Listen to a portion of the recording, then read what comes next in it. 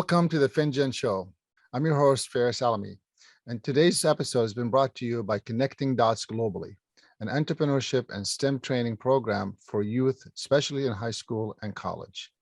Learn more about these programs at connectingdotsglobally.org. Michael, thank you for being with us today. A pleasure. Thank you. I'm really excited to have you, Michael Stein. And, for the audience, those who don't know you, maybe you could just tell us about who's Michael. Okay, well, I'll give you a short description. I'm an entrepreneur, an actor, filmmaker, stand-up comedian. But I'm mainly an entrepreneur now. And I do a podcast called Long Shot Leaders because I kind of consider myself a long shot. My grandmother escaped the Russian concentration camps on her way to America. My dad was a New York homeless street kid. He was an entrepreneur. He was made millions, and then he lost his millions and was homeless again. So I've had ADHD and a lot of issues and health issues growing up, but I wanted to be an entrepreneur and a filmmaker and a comedian. And I wasn't a very good student, but my high school teacher said you might want to work with your hands because not everybody's meant to do what they want to do. But I started my first business, being an entrepreneur, wanted to be like my dad. He was called the calculator kid. He sold calculators in the 70s when they were small. He sold so many of them. The Brother International called him the calculator kid before he, spent his life, everything and went crazy lifestyle. But I wanted to be the calculator kid. So I started a business and I failed miserably 2 weeks later, the day after I graduated high school. But then 6 months later, I decided to try a different business. I did stand-up comedy when I was 19, and I brought a lot of people. So then I said, I'll be a nightclub promoter in LA. And then within 6 months of that, I became the #1 nightclub promoter in Los Angeles, which enabled me to become an actor. My first acting role was playing Dirk Diggler in the Dirk Diggler Story, which is the short film version of Boogie Nights, which I appear in as well. And then I made a lot of movies and acted and had a long career of making award-winning films. But it never turned over into a big movie deal. And I said, I'm going to make my own movie.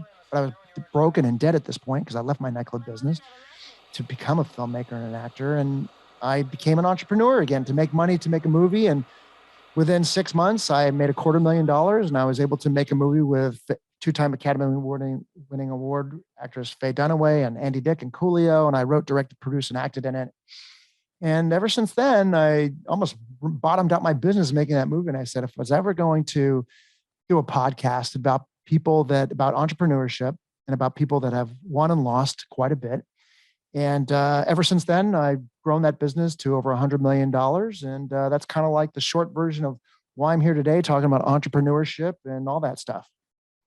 Wow, Michael, what a journey. I mean, clearly there are lots of more movies in the making just from your journey alone, right?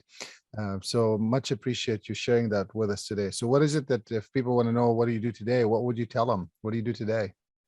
Well, I would say, first of all, get scope. When you try to start a business, if your thing is like, I want to be an entrepreneur, I want to start a business, you got to back up and get scope, the who, what, where, why, when, and how, and ask yourself the Toyota 5 whys, which Toyota a long time ago discovered that they need to ask themselves, why this 5 times. I do the who, what, where, why, when, and how 5 times for each of those and get scope of the situation. What kind of business you want to do, why you want to do it, how you're going to do it, and like, where's your competition? What do they charge? A lot of questions, tons of questions in the beginning. You're slowing down then so you can speed up later.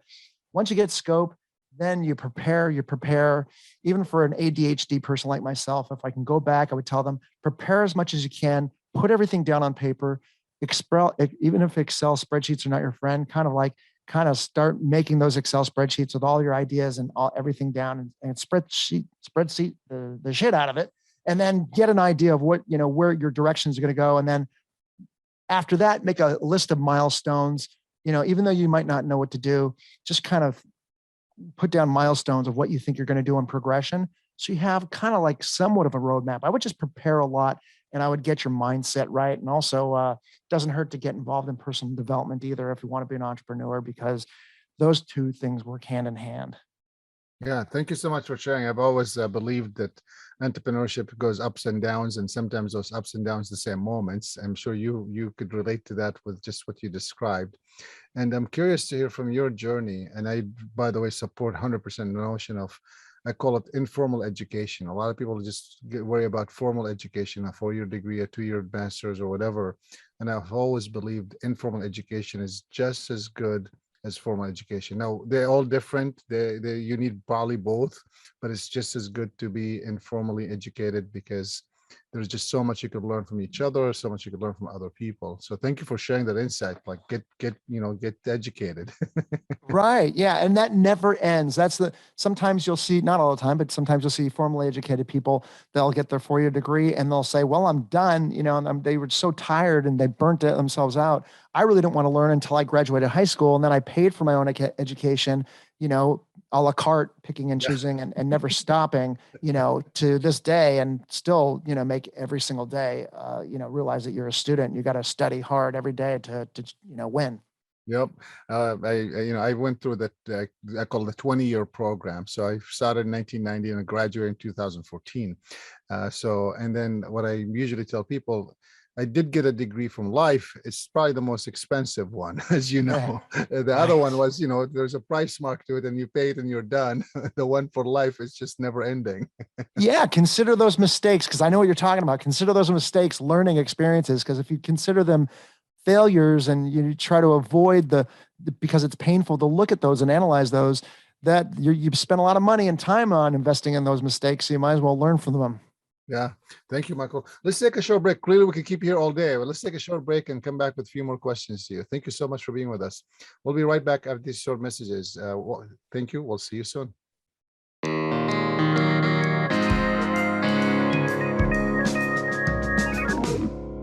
Wait a second. What was that last part? What do you mean I won't be able to remember anything? Well, we can't have you back on Earth knowing what you know now. Well, but a lot of people are going to know. Carol Ann knows. Now, as far as Earth is concerned, thanks to you, it will be as if this whole thing never happened. All right. Welcome back. Michael, what a story. So, your ups and downs, probably the same moment. Would you mind sharing with us maybe one of your down moments where you felt the world is ending? How are you going to do this? What's going to happen next? So I left my nightclub business to become a filmmaker and an actor. And I, was a production assistant, which is, a peon compared to when you're a nightclub promoter in Los Angeles. And I was like a mini celebrity. The money was gone. The fame was gone. And now I'm just a production assistant. But I was able to gather a crew up after 4 years and create a half-hour dramatic short film, which got bought by HBO, did really well. And I won a lot of awards. And I got meetings with everybody in Hollywood. Two things happened, though, is that I still owed a lot of money because everybody promised me money. So only half of the people really invested, and I put everything I had into this. And the film didn't make all its money back. HBO paid well for it, but films are expensive. So those people backed out. So I was in financial trouble. Then I was getting close to a movie deal, meaning they wanted to read my screenplays because I wrote 4 at the time. And they liked one of the scripts, and it was close to getting a movie deal. They were going to make one of my screenplays. I was going to direct it, Trimark Pictures. And that fell through. And I was broke and in debt. And I felt like it just wasn't happening after 2 years. I failed financially, and I failed with my endeavor. So that was my lowest point, because you don't feel the 6 human need psychologies, which is everybody, if you believe in that, we all have 6 human needs, which is to feel significant, certainty, uncertain, variety, and growth and contribution. I didn't have any of those feelings that I needed because I was like in broke and debt, and I failed at my endeavor. So through the lowest point, I had a desperate moment to say, I'm going to be an entrepreneur again. So when I was working as a production assistant, I built a website, and I built the business that I have today that has done really well. But that was my lowest point, being in that situation. Wow, Michael, I really appreciate you sharing that, because I know, having been through pain personally and interviewed many people before you, talking about pain is the last thing that anyone wants to do, because it also, the wound is never really healed, right? I always believe like there's just, because you never really talk about it. So it's just there. I'll tell you one funny thing. When that happened, though, when everything was at its worst, I found out my fiance, who was a habitual pot smoker, she ended up cheating on me with a guy named Bud. What are the odds of that?